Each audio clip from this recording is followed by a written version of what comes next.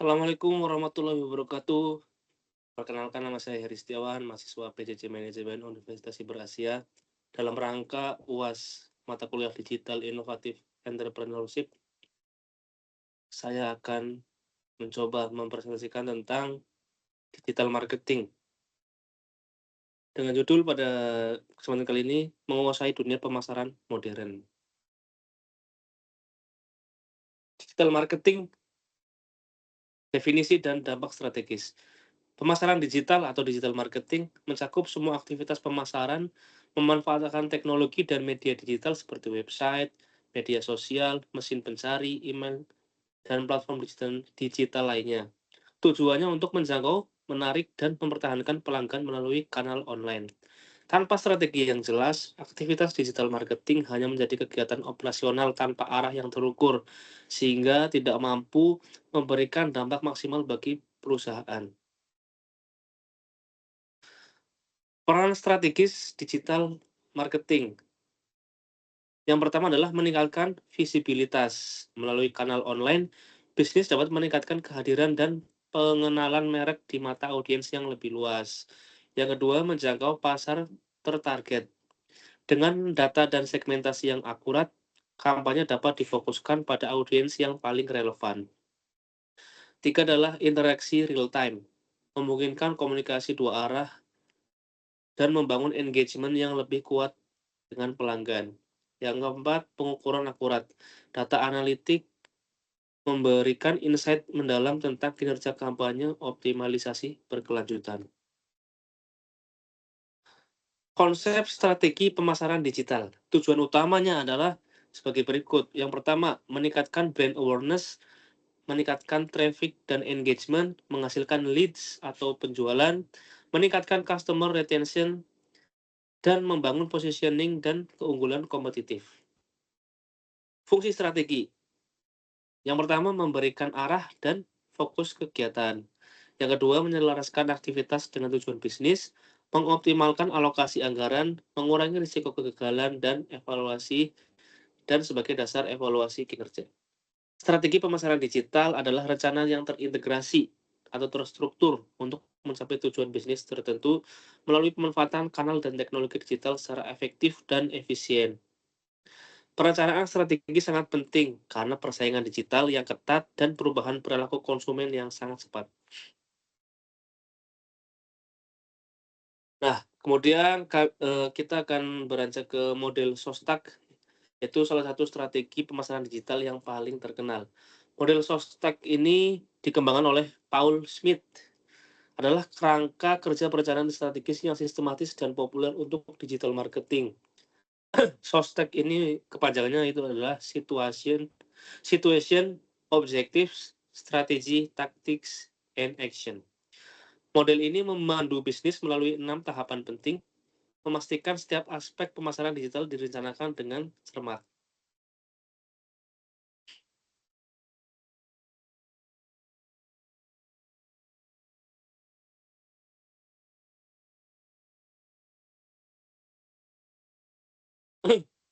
Model eh, tahapan awal model Shostak adalah analisis dan tujuan.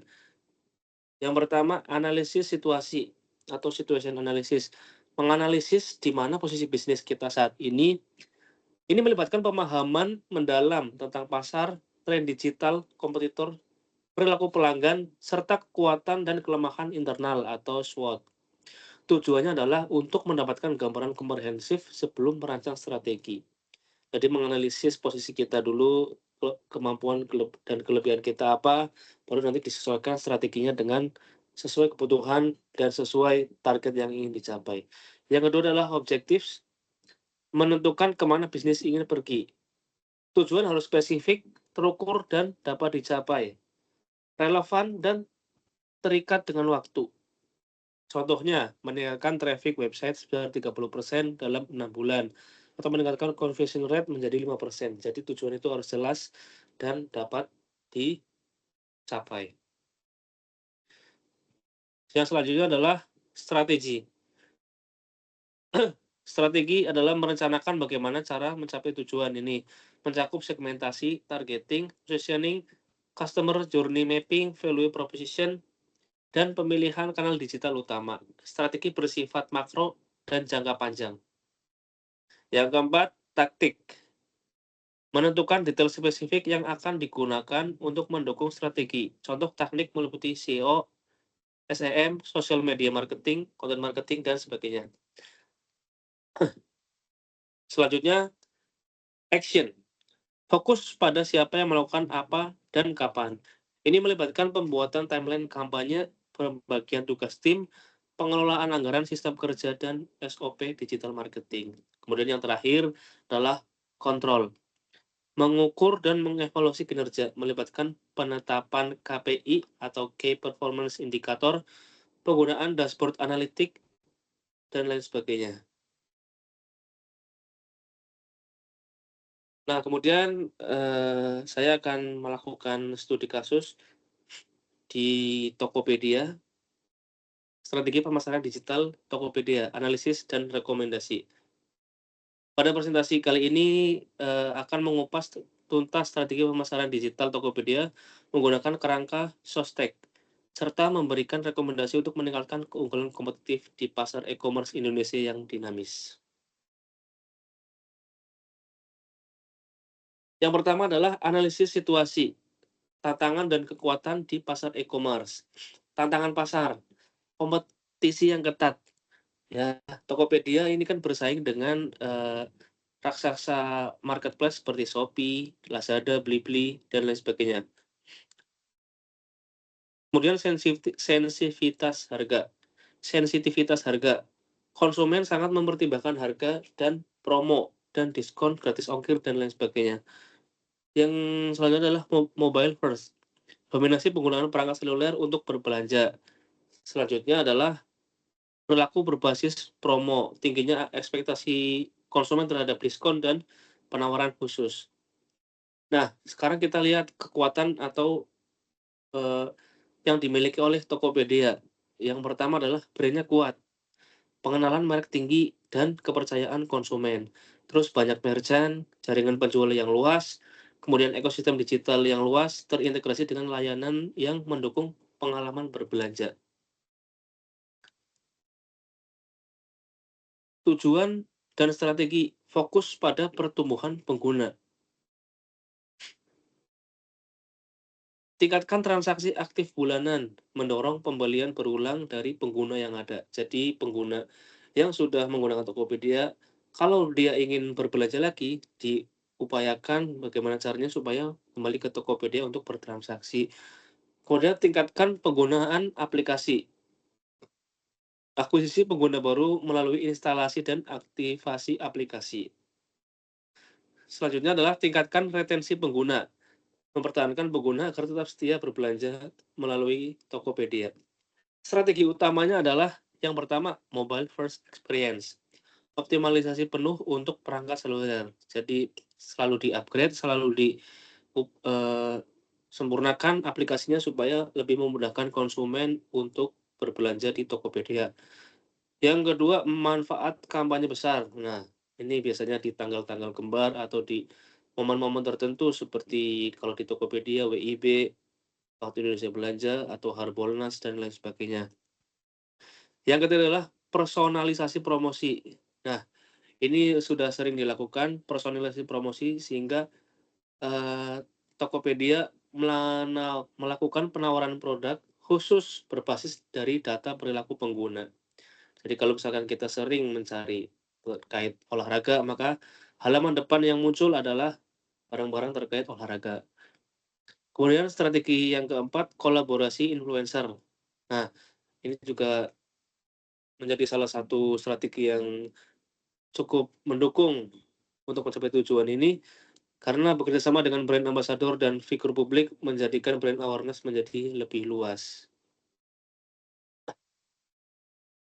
Selanjutnya adalah taktik dan aksi, implementasi dan eksekusi. Taktik pemasaran digital untuk Tokopedia adalah iklan digital yang pertama, Google Ads atau media sosial, Facebook, Instagram, kemudian push notification personal. Nah, ini biasanya masuk ke notifikasi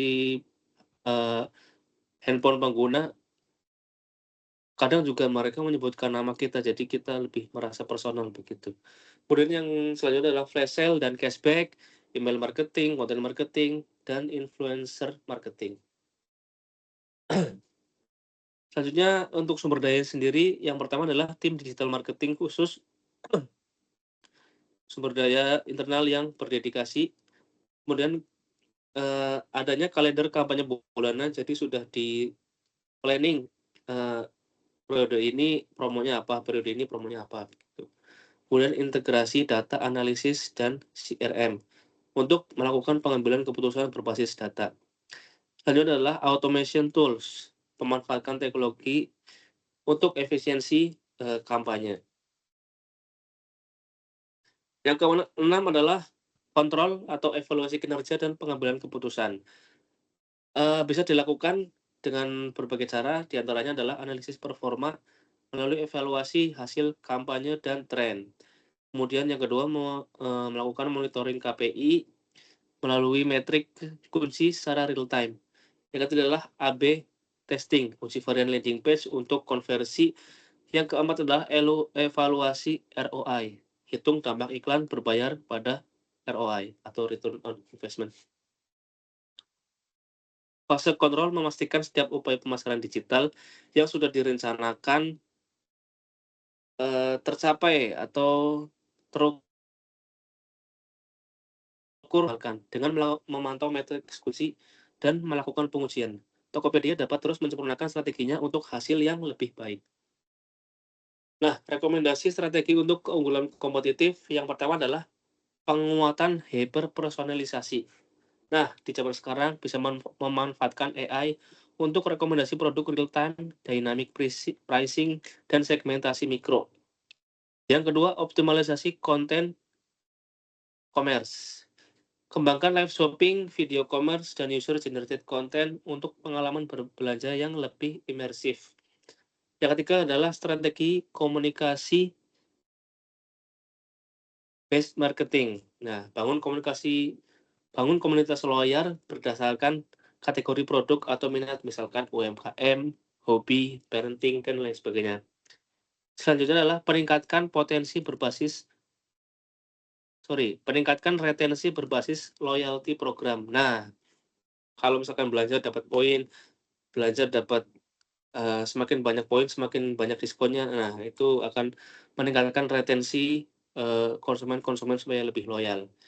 Dan yang terakhir adalah integrasi omnichannel. Nah, hubungkan pengalaman belanja online dan offline secara lebih seamless untuk merchant-merchant yang ada di Tokopedia. Demikian penyampaian dari saya, kurang lebihnya mohon maaf. Sorry, masih ada satu kesimpulannya.